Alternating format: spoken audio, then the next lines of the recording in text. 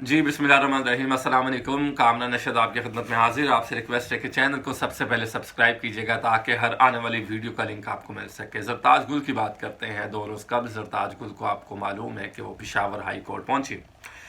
जब ज़रताज गुल वहाँ पर पहुंची तो वहाँ पर हालात और थे और बाहर पुलिस की एक भारी नफरी मौजूद रही, जिनका मकसद ये था कि ज़रताज गुल को गिरफ़्तार किया जाए। अब जरताज गुल पेशावर हाई कोर्ट में अपनी ज़मानत लेने के लिए पहुंची, लेकिन वहाँ पर हालात ऐसे हो गए कि उनको अदालत में ही रहना पड़ा। उनको ये बताया गया कि बाहर इस पुलिस की भारी नफरी मौजूद है और वो आपको गिरफ़्तार करना चाहते हैं।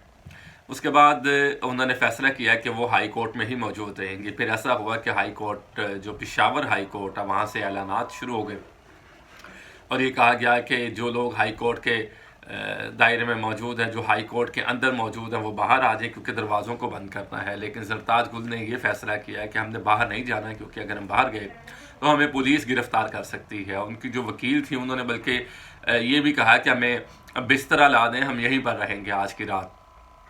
ये सारी जब चीज़ें चलती रही मीडिया पे, तो पेशावर हाई कोर्ट के चीफ जस्टिस जो इस्लामाबाद में मौजूद थे किसी काम की वजह से, वो इमरजेंसी तौर पर वो पेशावर रवाना हुए और हाई कोर्ट पहुंचे। वहाँ पर उन्होंने अपने स्टाफ को तलब किया।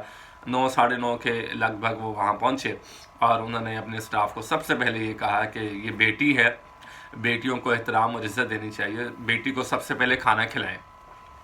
उसके बाद फिर उनका मुकालमा हुआ सरताज गुल साहिबा से, वो मैं आपको बता देता हूँ। वोट भी न डाल सकूं और मैं सरताज गुल ने इलेक्शन कहा भी कि ना हाई लड़ कोर्ट के सकूं। बाहर अगर गिरफ्तारी आप के लिए 9 पुलिस मई की मौजूद है, जो मजम्मत मुझे कराना चाहते गिरफ्तार तो करना मैं चाहते आपसे हैं। माफी मांगती हूँ। तो 9 चीफ मई की जस्टिस जो मजम्मत पेशावर हाई कोर्ट मेरा ने भाई 2-3 जावेद बातें आलम बड़ी अहम शहीद कही। उन्होंने कहा 9/11 कि के बाद मेरा वॉर और काम टेरर के इंसाफ अंदर फराहम शहीद हो करना है, चुका है। मैं शहीद की बहन और हूँ। अगर मैं इंसाफ फराहम मैं नहीं कर शहीद की सकता बहन तो हूँ। फिर 5 मुझे फुट 10 इस्तीफ़ा इंच दे देना कद था चाहिए। जावेद आलम वजीर अब ये जो शहीद का। बात है, जाओ इसके जाके अंदर उसकी बहुत कब्र सारी बातें वजीरिस्तान हैं में कि देखो। क्या आज के 6 दौर फुट में से इंसाफ ज्यादा नहीं की, मिल रहा, क्योंकि उसके हाथ और जब अगर इस तरह इंसाफ स्टिफ मिल हो रहा गए है ना तो तो वो वो कैसे नीचे मिल वापस रहा नहीं है। आते थे। एक पार्टी की हम जानिब शहीदों देखें का तो जो है इंसाफ का मैंने उठाई हुई अपने पलड़ा भाई और की नजर लाश। आता है, हम दूसरी शहीदों की पार्टी की बेहुरमती जानिब कैसे देखें तो कर सकते इंसाफ हैं? का पलड़ा और नजर आता है। ये वो पलड़ा है, ये वो तराजू है जो मरियम नवाज शरीफ साहिबा भी बात कर चुकी हैं कि पलड़े बराबर होने चाहिए। लेकिन उनका पलड़ा तब बराबर होता है कि जब पलड़ा बिल्कुल नीचे उनकी जानिब हो। जैसे पाकिस्तान तहरीक इंसाफ के लिए मुश्किलात को पैदा किया गया। पाकिस्तान तहरीक इंसाफ के साबिक चेयरमैन को, जो कि जेल में मौजूद है, उनके ऊपर 10,000 से ज़ायद, माज़रत चाहता हूँ, 200 से ज़ायद केसेस किए गए। 10,000 से ज़ायद कारकुनान को गिरफ़्तार किया गया, उनको साइड लाइन किया गया और उनके लिए मुश्किलात को पैदा किया गया।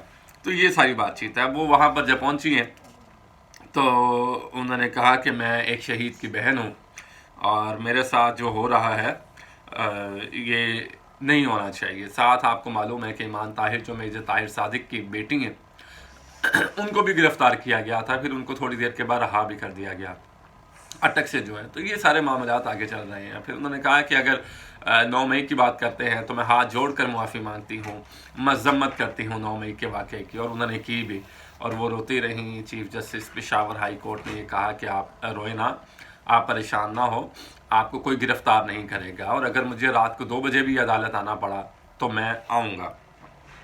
चीफ जस्टिस इस्लामाबाद से पेशावर पहुँचे रात 9 बजे। उन्होंने फिर अदालत लगाई, अपने अमले को उन्होंने बुलाया और साथ ही अपने अमले को कहा कि इन्हें खाना खिलाएं, और मैं हंगामी तौर पर वहाँ से आया हूँ। साथ जो वही मेरा तस्वीर है कि उन्होंने एक बहुत बड़ी बात की है, वो सिर्फ अपने लिए नहीं की, अपने इदारे के लिए की है कि अगर मैं इंसाफ फराहम नहीं कर सकता तो फिर मुझे इस्तीफ़ा दे देना चाहिए। और फिर उन्होंने जरताज गुल को ज़मानत दे दी, हिफाजती, और जरताज गुल ने कहा कि मैं बाहर नहीं जाऊंगी क्योंकि बाहर पुलिस आपकी ज़मानत के बाद भी मुझे गिरफ़्तार कर लेगी। तो उन्होंने कहा कि अगर मुझे रात को 2 बजे भी आना पड़ा तो मैं आऊँगा, आपको कोई गिरफ़्तार नहीं करेगा, और आप जहाँ जाना चाहती हैं तो आप वहाँ चले जाएं। तो अब ये सारे जो मामला चल रहे हैं, ईमान ताहिर के साथ आपको पता, उनको गिरफ़्तार करके रहा कर दिया गया, तो ये चीज़ें अब नहीं चलेंगी। अब मामलात और आगे की जानिब आ चुके हैं, मामलात आगे की जानिब बढ़ चुके हैं। तो ख़वातीन बहनों का एहतराम तो सबको करना चाहिए, लेकिन हमारे यहाँ सियासत में इतनी पोलराइजेशन हो चुकी है, इतनी मुखालिफत हो चुकी है, जबकि मुखालिफत को नफ़रत में तब्दील कर दिया गया है। उसके बाद से ये हालात सामने आ रहे हैं, जो कि ऐसा नहीं होना चाहिए। खैर, अब देखते हैं कि पाकिस्तान तहरीक इंसाफ के साथ आगे क्या होता है। क्या उनको स्पेस दी जाती है इलेक्शन कॉन्टेस्ट करने के लिए, क्या उनके मामलात को निपटाया जाता है, और ये देखा जाता है कि वो भी एक सियासी जमात है। उस सियासी जमात के साथ जो ताल्लुक और जो रवैया रखा जा रहा है क्या वो काबिल कबूल है, ये तो आने वाला वक्त ही बताएगा। खैर, एक और ख़बर है, बल्ले का निशान। आपको पता है इलेक्शन कमीशन ने पहले बल्ले का निशान वापस लिया, फिर पेशावर हाई कोर्ट में बॉल गई, पेशावर हाई कोर्ट ने उस फैसले को मुअत्तल किया। कुछ अरसे के बाद वो फैसला उन्होंने इलेक्शन कमीशन का मान लिया और बल्ले का निशान फिर वापस ले लिया गया। अब ये बल्ले बल्ले पे बात हो रही है, ये बल्ले का निशान आखिर इतना अहम क्यों बन चुका है? क्योंकि बाकी पार्टीज तो इलेक्शन लड़ रही है, लेकिन बल्ले के निशान से इमोशनल अटैचमेंट पाकिस्तान तहरीक इंसाफ के कारकुनान की हो चुकी है। इमरान खान के कारकुनान बल्ले के निशान के साथ इमोशनली अटैच हो चुके हैं। ये एक रीज़न है कि अगर बल्ले का निशान होगा बैलेट पेपर में तो फिर हमारे लिए मुश्किलात पैदा हो जाएंगी। नवाज शरीफ साहब जो GDA से मिलते हैं, MQM से मिलते हैं, दूसरी पार्टीज़ को मिलाना चाह रहे हैं, उसकी वजह यही है कि नवाज शरीफ साहब को पता है कि वो मजबूत नहीं है, उनको ये मांगे तांगे की हुकूमत बनाना पड़ेगी। इसलिए वो कभी MQM की जानिब बढ़ते हैं, कभी ANP की तरफ देखते हैं, कभी मौलाना की तरफ देखते हैं, सीट एडजस्टमेंट की बात करते हैं। इस तरह में पाकिस्तान पार्टी से सीट एडजस्टमेंट की बात हो रही है, बल्कि कुछ इतलात ये हैं कि फाइनलाइज भी हो चुकी हैं। तो अभी बल्ले के निशान के ऊपर एतजाज़ हसन ने बड़ी ज़बरदस्त और दबंग अपने स्टेटमेंट्स दी हैं। उन्होंने कानूनी राय दी है, वो मैं आपसे शेयर करता हूँ। एतजाज़ हसन ने कहा है कि ये निशान पार्टी का नहीं, ना उम्मीदवार का है, बल्कि ये वोटर्स का निशान है। जी हाँ, ये एतजाज़ हसन ने कहा है कि ये वोटर्स का निशान है। ये बुनियादी तौर पर वोटर्स के हक से महरूम किया जा रहा है और इलेक्शन कमीशन कोई भी वोटर्स को इलेक्शन कमीशन वोटर्स का निशान नहीं ले सकता। ये किसी सियासी जमात का निशान नहीं ले रहा, इलेक्शन कमीशन किसी उम्मीदवार का निशान नहीं ले रहा, बल्कि वोटर्स का निशान ले रहा है। वोटर्स की बात कर रहा है कि वोटर्स के निशान से महरूम नहीं किया जा सकता। अगर आपने किसी एक फ़र्द को इलेक्शन की लिस्ट से बाहर निकालना है तो उसके लिए भी बहुत लंबा एक प्रोसेस है कि सबसे पहले आप उसको नोटिस देते हैं, फिर उसका केस चलता है, फिर गवाहान पेश किए जाते हैं, फिर उन पर जिरा होती है, फिर उस पर ट्रायल होता है, फिर फैसला आता है। तो एक वोटर को निकालने के लिए लिस्ट से इतना लंबा प्रोसेस, और आपने पार्टी का निशान ही ले लिया। तो एतजाज़ हसन ने क्या कहा, आप ये सुनिएगा। जी, एतजाज़ हसन आपको पता है कि वो ये कह रहे थे, कानूनी तौर पर उन्होंने कहा कि ऐसे मामलात को चलते हैं।